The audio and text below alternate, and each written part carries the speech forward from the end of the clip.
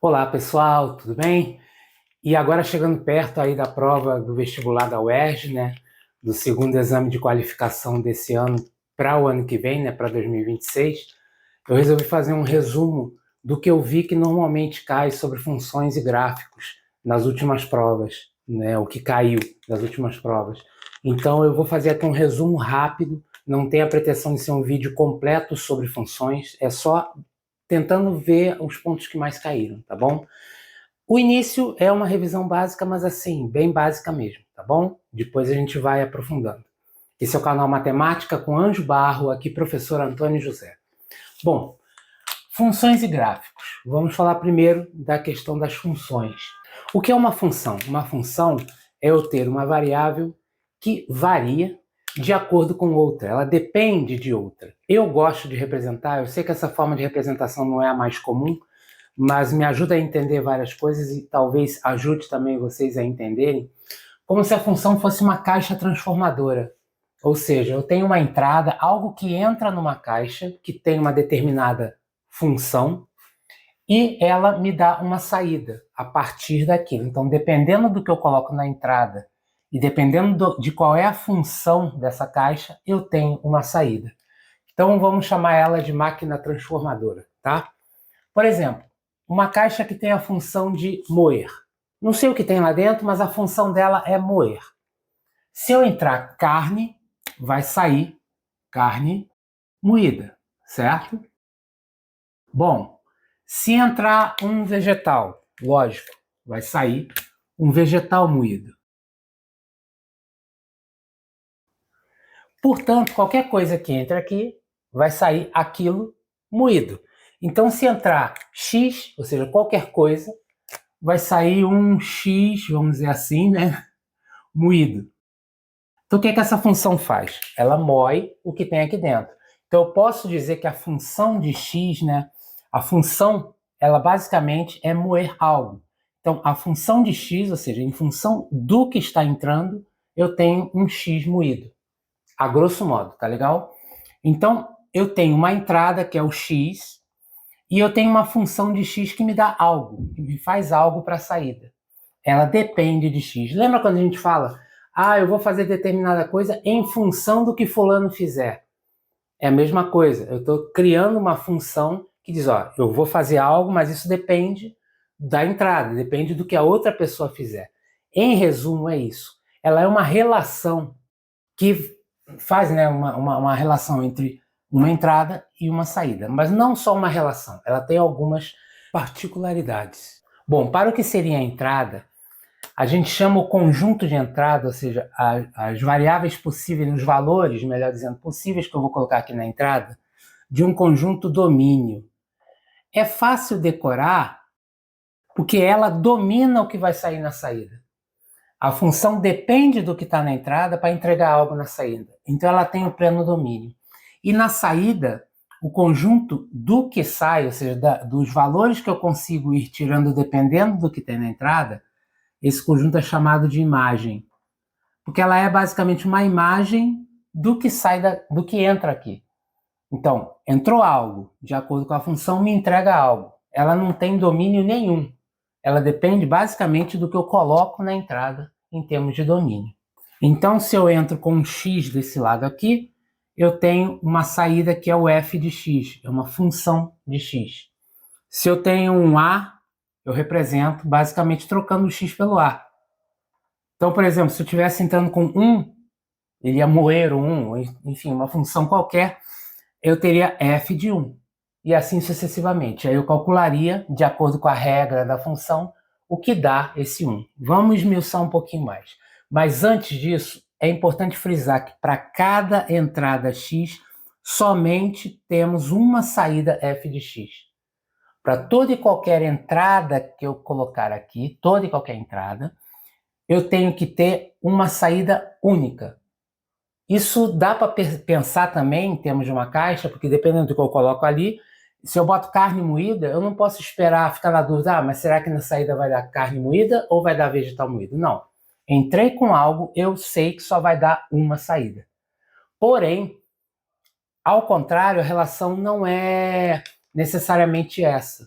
Eu posso ter duas coisas entrando que dão a mesma saída. Por exemplo, se essa caixa fosse a função de derreter, se eu entrar com um cubo plástico, vai sair plástico derretido.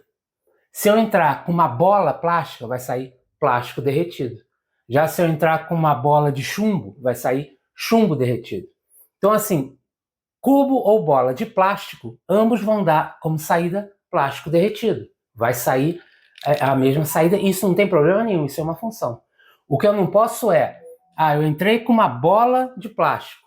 Será que vai sair chumbo ou será que vai sair plástico? Não, vai sair plástico. Então eu só posso ter uma saída possível para cada entrada. Mas várias entradas podem ter a mesma saída se for o caso, tá? Isso não impede que seja chamado de função.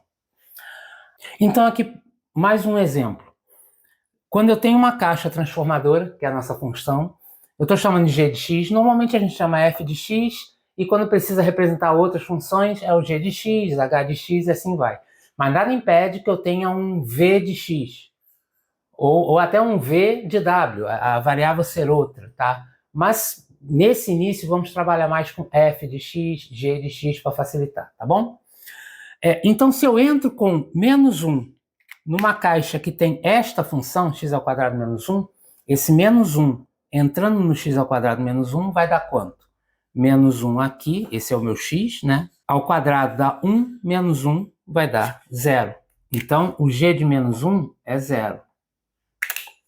O g de 1, se eu colocar 1 aqui, 1 ao quadrado dá 1, menos 1 dá 0 também. E se eu entrar com 2, 2 ao quadrado dá 4, menos 1 dá 3. Então você percebe que ela é uma função, porque para cada entrada eu só tenho uma saída, eu não tenho como ficar na dúvida se aqui vai dar 0, 1, 2, 3 ou 4. E ao mesmo tempo eu posso ter a mesma saída, saída 0, para duas entradas diferentes. Isso não tem problema. O problema é que uma vez entrando algo, eu sei que vai sair um único valor lá, bem definido pela função e pela entrada que eu fiz. Então o meu conjunto domínio, nesse caso, eu estou entrando apenas com menos 1, 1 e 2. Nesse caso aqui. É lógico que eu poderia entrar com um monte, e se eu entro com um monte, tudo estaria aqui dentro do domínio. Já aqui na imagem, eu tenho apenas o 0, nesse momento, 0 e 3. Então, representando em termos de conjunto, no conjunto de domínio, o menos 1 está ligado ao 0, ele dá 0. O 1 também está ligado ao 0. E o 2 está ligado ao 3. Então isso é uma função, tá? Só tem uma flecha saindo de cada elemento aqui do domínio, embora possa chegar duas ou mais no mesmo elemento dali. No conjunto de imagem, eu tenho esses valores como possíveis saídas. Mas eu tenho um conjunto um pouco maior, chamado de contradomínio, que ele pode ter vários outros aqui, 4, 5 e etc. Mas, como eu defini que a entrada, o meu domínio era só menos 1, 1 e 2, a minha imagem é 0 e 3, embora o contradomínio fosse maior. Contradomínio eu defino, por exemplo, conjunto dos números reais. Beleza, todos os números reais estariam aqui, mas aqui dentro só estaria o 0 e 3 porque eu defini esse domínio. Então a imagem dependeu do domínio. Tá legal? Bom, agora falando de função composta dentro da mesma ideia, que eu acho que ajuda a elucidar muita coisa. Eu tenho aqui um x que entra numa caixa f de x e dá um f de x. E aqui eu tenho x entrando em g de x que dá um g de x na saída. Então aqui tem uma função, aqui tem outra função diferente. O que entra, sai f de x, e aqui o que entra, sai g de x.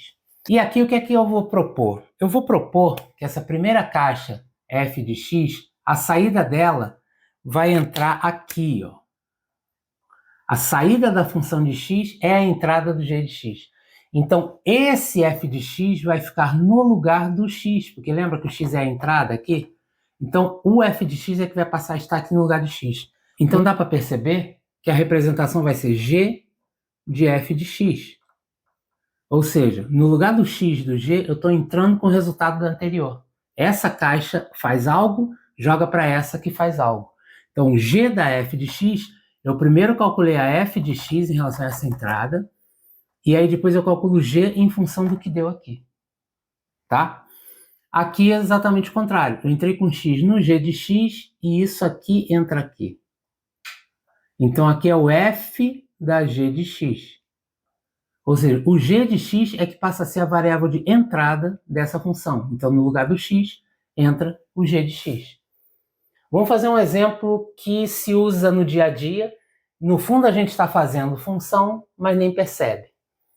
Eu tenho um valor em metros e quero converter esse valor em centímetros.